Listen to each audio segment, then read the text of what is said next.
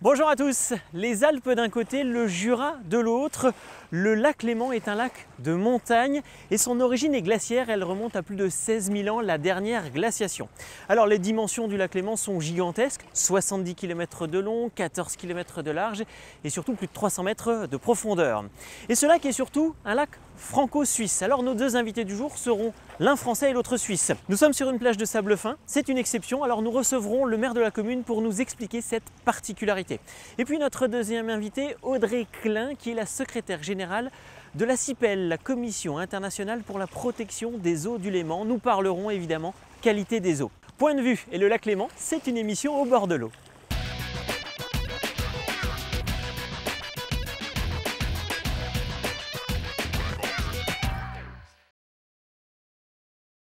Habituellement, au bord d'un lac, on trouve plutôt des galets. Et bien ici, on trouve du sable et c'est une exception, un écosystème et même un patrimoine naturel à entretenir, à préserver évidemment.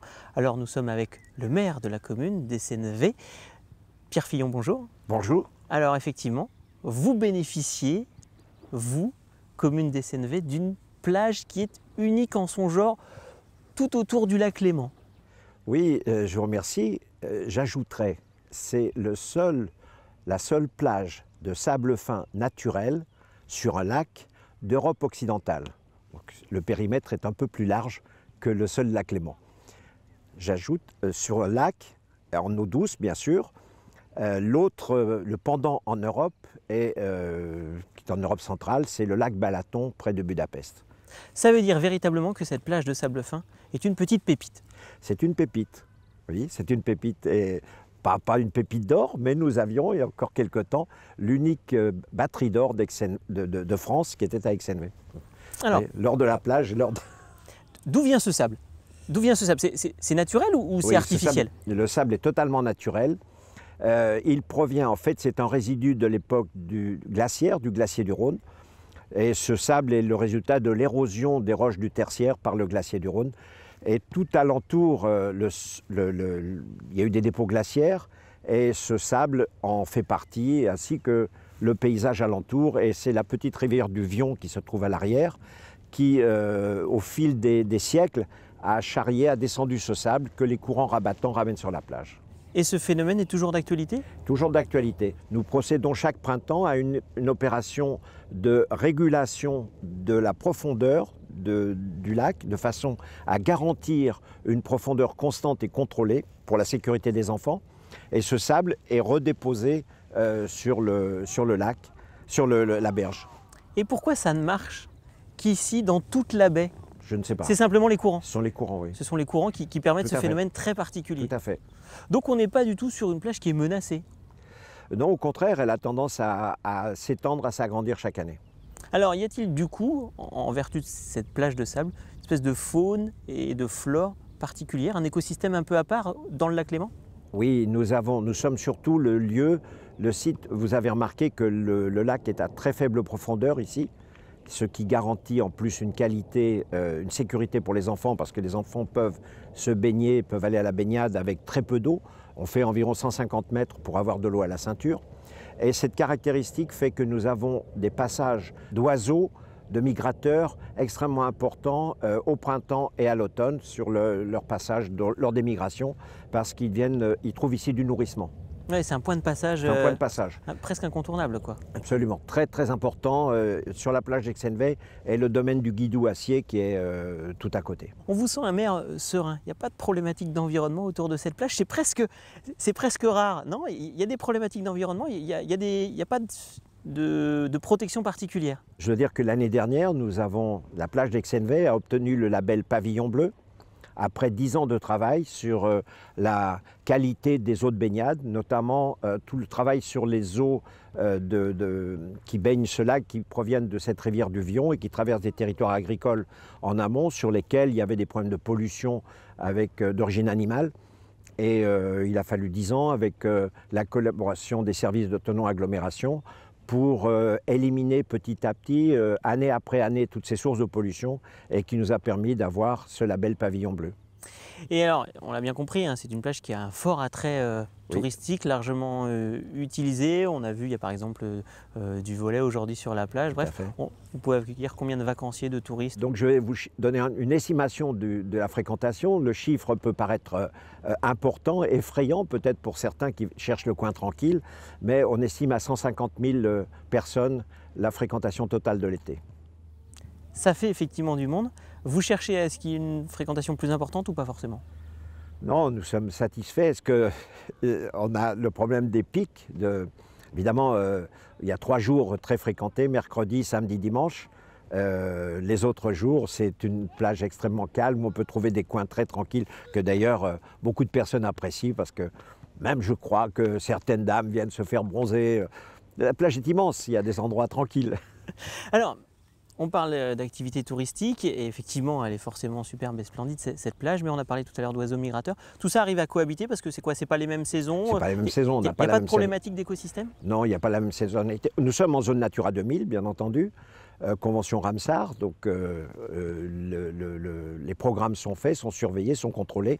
Après, évidemment, les migrations se passent à l'automne, voire assez tard dans l'automne, soit au printemps très tôt. Et la plage, à ce moment-là, il n'y a personne. Donc c'est 2 moments très différents. Oui, très différents. Et ça ne perturbe pas. Pas du tout.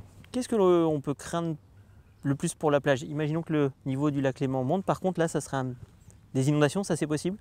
C'est un scénario que vous envisagez? Non, pas du tout, parce que le niveau du lac Léman, il est régulé à Genève, vous le savez, par le barrage du Seget, et il est constant. Alors, ce qui se passe, vous le savez également, c'est qu'au printemps, ça se termine, le niveau du lac s'abaisse, puisque Genève baisse le niveau du barrage, donc le lac se vide, environ 60 cm de niveau, et chaque année bissextile, c'est 1 mètre. Ceci est afin de permettre les travaux dans les ports, les nettoyages, etc. Donc le niveau du lac, il est contrôlé. Alors évidemment, si un tsunami, comme celui qui s'est passé en 1532, se produisait, bon, on serait peut-être un peu mouillé, c'est vrai. Oui, alors là, vous racontez presque une blague, mais c'est pas une blague, ce tsunami. Ah non, pas du tout, c'est avéré, c'est un fait historique avéré. Alors, il faut nous en dire un peu plus, que vous connaissez parfaitement l'histoire, mais nos téléspectateurs pas forcément. C'est quoi cette histoire de tsunami sur le lac Léman? Alors le tsunami, de mémoire, c'est l'an 1532, c'est un éboulement rocheux qui s'est produit dans le Valais, donc sur le cours supérieur du Rhône qui est actuellement comblé. Et une partie de la montagne s'est effondrée dans ce qui était le début du lac à l'époque. Et ça a provoqué une vague gigantesque, une sorte de tsunami dont l'importance s'est décrue au fil du lac. Elle était de 3 à 4 mètres, je crois, à l'arrivée à Genève, mais elle était de 12 mètres au départ. C'est sur les sites qui sont actuellement Vevey, Saint-Gingolph, Montreux. Donc il y a eu à l'époque, on était dans des habitats palafitiques et il y a eu tous ces habitats ont été détruits et il y a eu de nombreux morts, paraît-il. Mais c'était en l'an 532. 532. Il n'y avait pas la télévision à l'époque, on ne peut pas savoir. Exactement. Exactement. Alors, revenons sur cette plage de sable qui vit bien et qui est entretenue au quotidien, c'est ce que vous disiez? Complètement, oui. Au quotidien. Chaque jour. Comme une plage du littoral, hein? Sans doute, oui. Le matériel que nous avons, cette cribleuse, est utilisé, c'est pas un matériel, c'est pas un prototype que nous avons fait, il est utilisé dans toutes les grandes plages de sable du littoral atlantique ou méditerranéen. Et alors, on trouve par exemple, derrière vous, des cygnes, tout ça. Tout est naturel ici. Il n'y a pas d'intervention de l'homme? Non, il n'y a pas d'intervention de l'homme sur l'habitat, mais nous avons un projet de port qui se concrétisera dans les années qui viennent, qui sera donc l'intervention de l'homme sur le domaine public fluvial de l'État, mais nous avons l'accord des services de l'État pour ce faire. Pour terminer, Pierre Fillon, à échéance de 10 ans, 15 ans, 20 ans ou 30 ans un peu plus lointaine, comment vous voyez l'évolution de cette plage qui est véritablement une pépite et une vraie particularité? On en a largement parlé. Il faut qu'elle reste comme ça, elle va rester comme ça, elle peut évoluer? Non, cette plage restera comme ça, ses dimensions peuvent varier.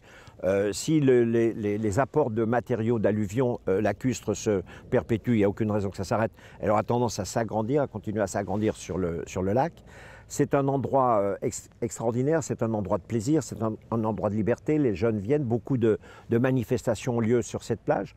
J'ajouterais, puisque vous pouvez voir tout autour des activités économiques, de restauration, de snacking. La commune d'Anime a créé depuis une dizaine d'années des animations sur la plage pour faire vivre la plage le soir, avec des concerts musicaux chaque mardi soir, concerts libres, concerts entrée gratuite, concert musical sur la plage, pied dans le sable, et puis une grande fête, un grand festival de musique électro, la Beach Party, dont nous fêtons le 10e anniversaire cette année, et qui aura lieu du 18 au 22 juillet, qui est un des plus beaux événements de Haute-Savoie, et je crois le plus bel événement de Haute-Savoie pour les jeunes, avec une entrée très modique, très sympathique, et qui a beaucoup de succès, et qui depuis 16 jusqu'à 77 ans. Oui, on comprend bien, l'activité va continuer sur la plage, il n'y a pas de raison, puisqu'il n'y a selon vous pas de grandes perturbations, tout fonctionne bien. Une dernière question, vous dites la plage peut gagner, vous avez fait des études de combien de mètres 1 à 2 mètres. C'est variable. 1 à 2 mètres par an ou par décennie? Oui, par an. 1 à 2 mètres par an? Oui, mais en même temps, lorsqu'il y a les grandes tempêtes de bise, vous savez qu'on est soumis au vent du nord, à la bise, et ce qui d'ailleurs provoque cette bise, les rouleaux de vagues se cassent, c'est magnifique en hiver, vous avez l'impression d'être à la Baule, se cassent sur le sable, creusent le sable et provoquent justement ces différences de niveau qui sont préjudiciables et qui rendent dangereuses si on ne les corrige pas pour la baignade, pour les enfants, puisqu'on peut avoir des différences de niveau de l'ordre de 70 cm, ce qui est énorme. Hein.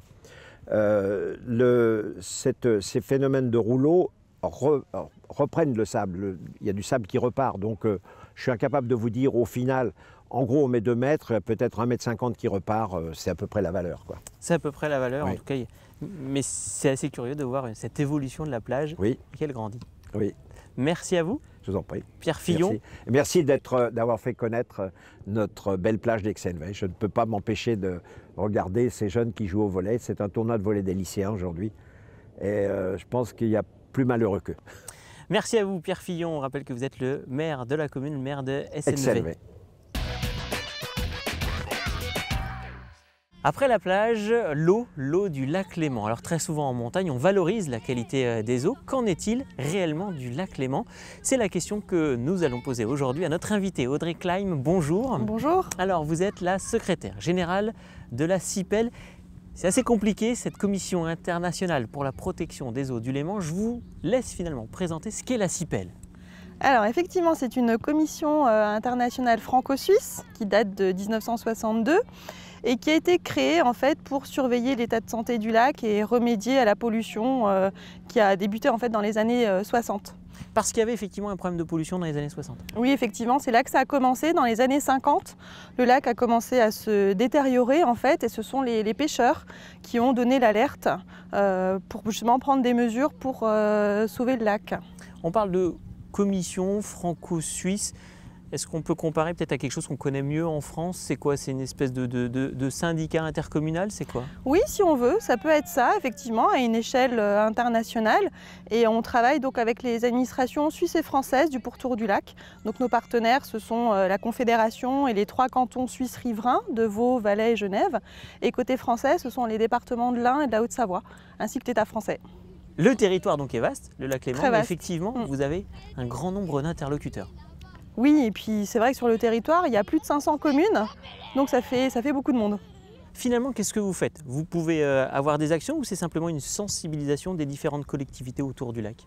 Alors on a un rôle majeur qui est quand même de surveiller le lac. Donc on a des programmes de surveillance scientifique pour mesurer la qualité des eaux du Léman et on travaille avec l'INRA, qui est l'Institut national pour la recherche agronomique, qui est basé à Thonon et qui effectue depuis maintenant 50 ans en fait, pour la CIPEL le suivi des eaux du lac. Et on travaille aussi avec d'autres laboratoires plus spécifiques pour faire différents types d'analyses. Donc notre première mission, c'est vraiment celle-ci, c'est de surveiller le lac et puis de faire connaître en fait, son état de santé auprès des politiques, auprès des différents acteurs du territoire. on surveille l'eau du lac et également la faune à l'intérieur du lac ou pas du tout, que les eaux du lac? Alors principalement les eaux du lac, mais aussi la faune, parce qu'en fait, par exemple, on fait des analyses dans les poissons, parce que les poissons sont aussi des bons indicateurs de l'état de santé du lac. On fait des analyses dans les sédiments, en fait dans tous les compartiments lacustres, que ce soit l'eau, les sédiments, les poissons, les moules. Voilà, on va rechercher en fait différents paramètres pour vraiment avoir une vision assez globale de l'état de santé de l'écosystème. Vous parliez de pollution à une époque passée. Qu'en est-il aujourd'hui de la qualité des eaux du lac Léman? Est-ce qu'elle est bonne? Est-ce qu'elle est uniforme? On en est où exactement? Alors, on peut dire qu'aujourd'hui le Léman va mieux, effectivement, voilà, par rapport aux années 80 où vraiment le lac était au bord de l'asphyxie. Donc là, le Léman va beaucoup mieux par rapport à la problématique d'eutrophisation qui était liée en fait à un excédent de phosphore dans le lac. Donc aujourd'hui, à ce niveau-là, ça va mieux. L'état sanitaire aussi des eaux du lac va nettement mieux que dans les années 80. Donc aujourd'hui, on peut se baigner partout dans le lac sans problème sanitaire. Donc là, il y a aussi une belle amélioration qui a été faite en 20 ans. Et puis après, ça dépend de quoi on parle, mais si on parle par exemple des micropolluants, alors là, effectivement, on est vigilant par rapport à la présence de ces nouvelles substances. En fait, c'est des substances chimiques qui proviennent en fait de plein d'usages différents. Il y a les pesticides, les résidus médicamenteux. Voilà, il y a toute une panoplie en fait de substances qu'on surveille dans le Léman pour garantir en fait l'utilisation du lac pour l'eau potable. Et vous parliez donc de phosphore, de micropolluants. L'origine de ces pollutions, elle est définie, elle est connue ou finalement c'est assez complexe et on n'a pas la moindre idée d'où ça vient? Si on sait d'où viennent ces polluants, alors quand même principalement des eaux usées domestiques.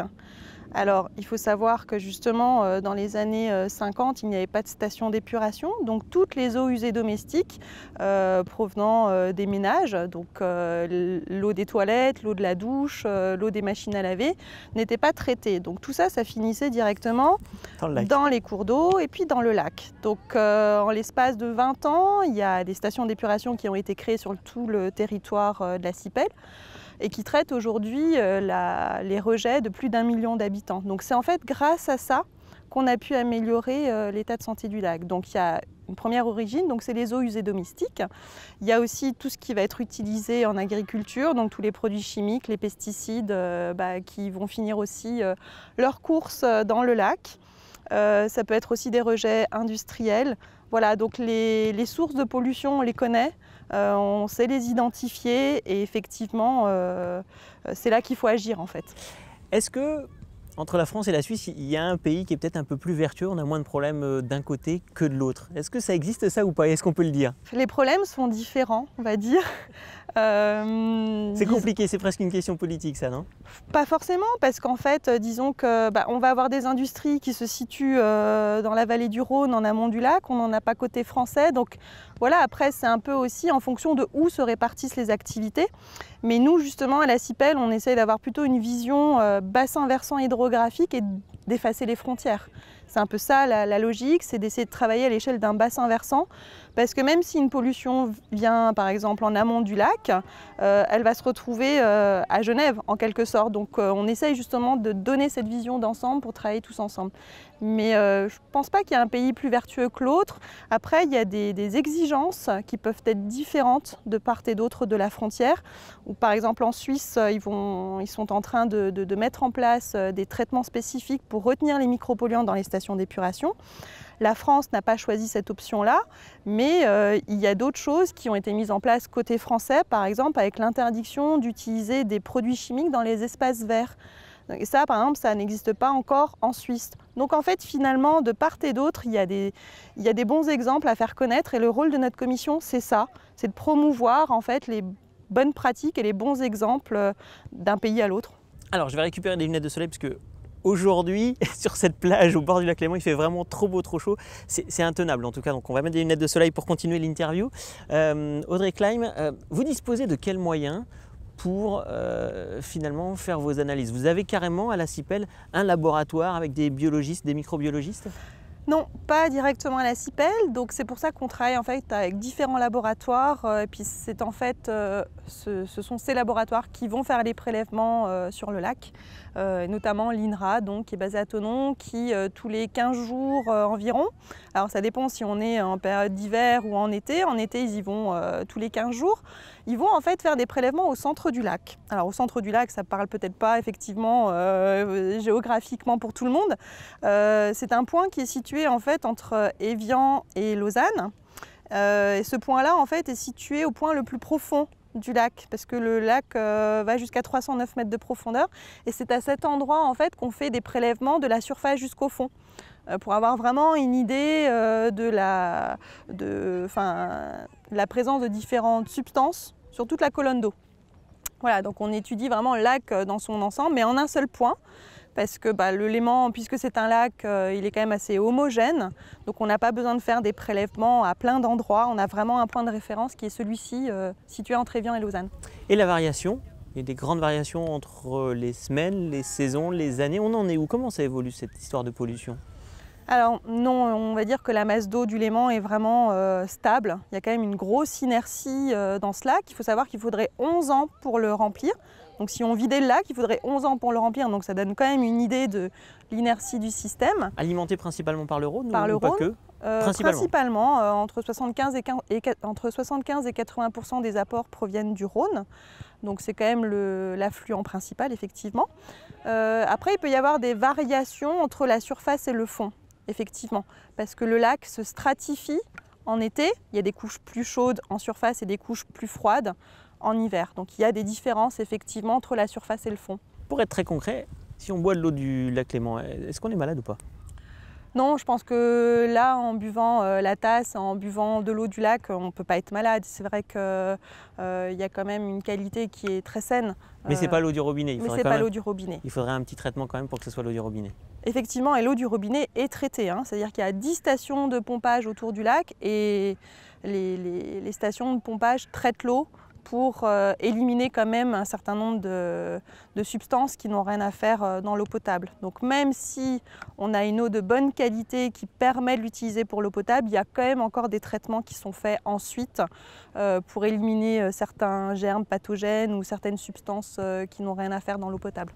Alors, la CIPEL, vous avez forcément des plans d'action. Il y en avait un sur la période 2011-2020 qui va se terminer. Oui.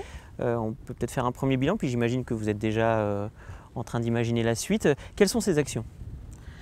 Alors on a des actions à différents niveaux. Alors en fait nous on a quand même essentiellement un rôle de recommandation et de sensibilisation de la population et des acteurs, des différents acteurs du territoire en fait, que ce soit dans les domaines agricoles, industriels, voilà. En fait on essaye de sensibiliser tous ces acteurs à la nécessité de préserver le Léman. Alors ce qui est notre enjeu principal, ça a été quand même les micropolluants, et ça l'est toujours, puisqu'il y a vraiment beaucoup de substances potentiellement présentes dans l'environnement. Aujourd'hui, on est capable de détecter à peu près une trentaine de substances sur des centaines de milliers de substances potentiellement présentes dans l'environnement. Donc on a encore aussi de la marge de progrès à ce niveau-là pour mieux connaître la présence de ces substances dans le lac, leurs effets aussi. On ne connaît pas nécessairement les effets de ces substances sur tous les organismes aquatiques, sur la santé, donc il y a aussi des choses à améliorer à ce niveau-là. Donc je dirais que voilà, les micropolluants, ça reste notre priorité. Et puis, bien sûr, on se préoccupe aussi de l'impact du changement climatique sur l'écosystème, où on observe en fait comment le réchauffement peut avoir des effets sur la reproduction de certaines espèces de poissons. Donc on est aussi attentif à ça. Et puis il y a une nouvelle problématique, si je puis dire ça comme ça, par exemple avec les déchets, les microplastiques, où il y a 10 ans, on n'en parlait pas. Et puis là, maintenant, depuis 2-3 ans, on parle quand même beaucoup de ça. Et donc ça, effectivement, on va aussi en tenir compte dans le prochain plan d'action, toute la problématique des microplastiques. Les microplastiques, ce n'est pas que en mer, c'est aussi dans le lac Léman. C'est effectivement, on en a beaucoup parlé dans les océans, mais ces microplastiques viennent déjà en fait de chez nous, sont présents dans les eaux douces et puis vont finir par se retrouver dans les mers et les océans. Mais on en trouve bien ici dans le Léman aussi des microplastiques. Ouais, vous en trouvez dans vos prélèvements, vous les voyez quoi? Alors oui, alors il faut filtrer quand même avec des filets. On ne les voit pas nécessairement à l'œil nu parce que c'est vraiment des particules relativement fines. Microplastiques, c'est l'ordre de quelques micromètres. Mais effectivement, on trouve ces microplastiques dans l'eau, dans la colonne d'eau, au fond du lac sur les sédiments. Donc voilà, ces microplastiques sont là, quoi. Alors la suite, au-delà de 2020 effectivement, ces micropolluants, ces microplastiques, un peu les micropolluants, ces microplastiques, d'autres actions sont envisagées. Il faut toujours, j'imagine, rester en contact de tous ces différents maires tout autour du lac et les sensibiliser. C'est eux d'abord vos premiers interlocuteurs, hein, j'imagine. Oui, donc c'est renforcer aussi la communication auprès des différents usagers, faire connaître le lac. Parce que voilà, on est tous au bord de ce lac, mais en fait on ne le connaît pas si bien ce lac. Donc on a aussi un rôle à ce niveau-là, c'est de mieux faire connaître ce lac, savoir pourquoi il est important de préserver cette ressource, de rappeler que c'est une ressource vulnérable, mais qui sert à alimenter pratiquement 1 million d'habitants aujourd'hui en eau potable. Donc si on a un problème de pollution dans ce lac, comment on fera pour alimenter la population, sachant qu'on encourage aussi la population à boire l'eau du robinet, puisque c'est aussi plus économique et plus écologique que l'eau en bouteille. Donc voilà, on essaye vraiment aussi de faire prendre conscience que ce lac, il faut y faire attention. Il faut y faire attention, ce beau lac Léman. Merci à vous, Audrey Klein. On rappelle votre fonction secrétaire générale de la CIPEL, Commission internationale pour la protection des eaux du Léman. Merci à vous. Merci. C'est la fin de cette émission Point de vue qui se termine ici au bord du lac Léman. Alors pour voir et revoir cette émission, rendez-vous évidemment sur notre site internet montblanclive.com et vous accédez directement au replay. Pensez à réagir sur nos réseaux sociaux, Facebook, Twitter notamment. On se dit évidemment à la semaine prochaine pour une prochaine émission. Ce ne sera pas forcément au bord du lac Léman.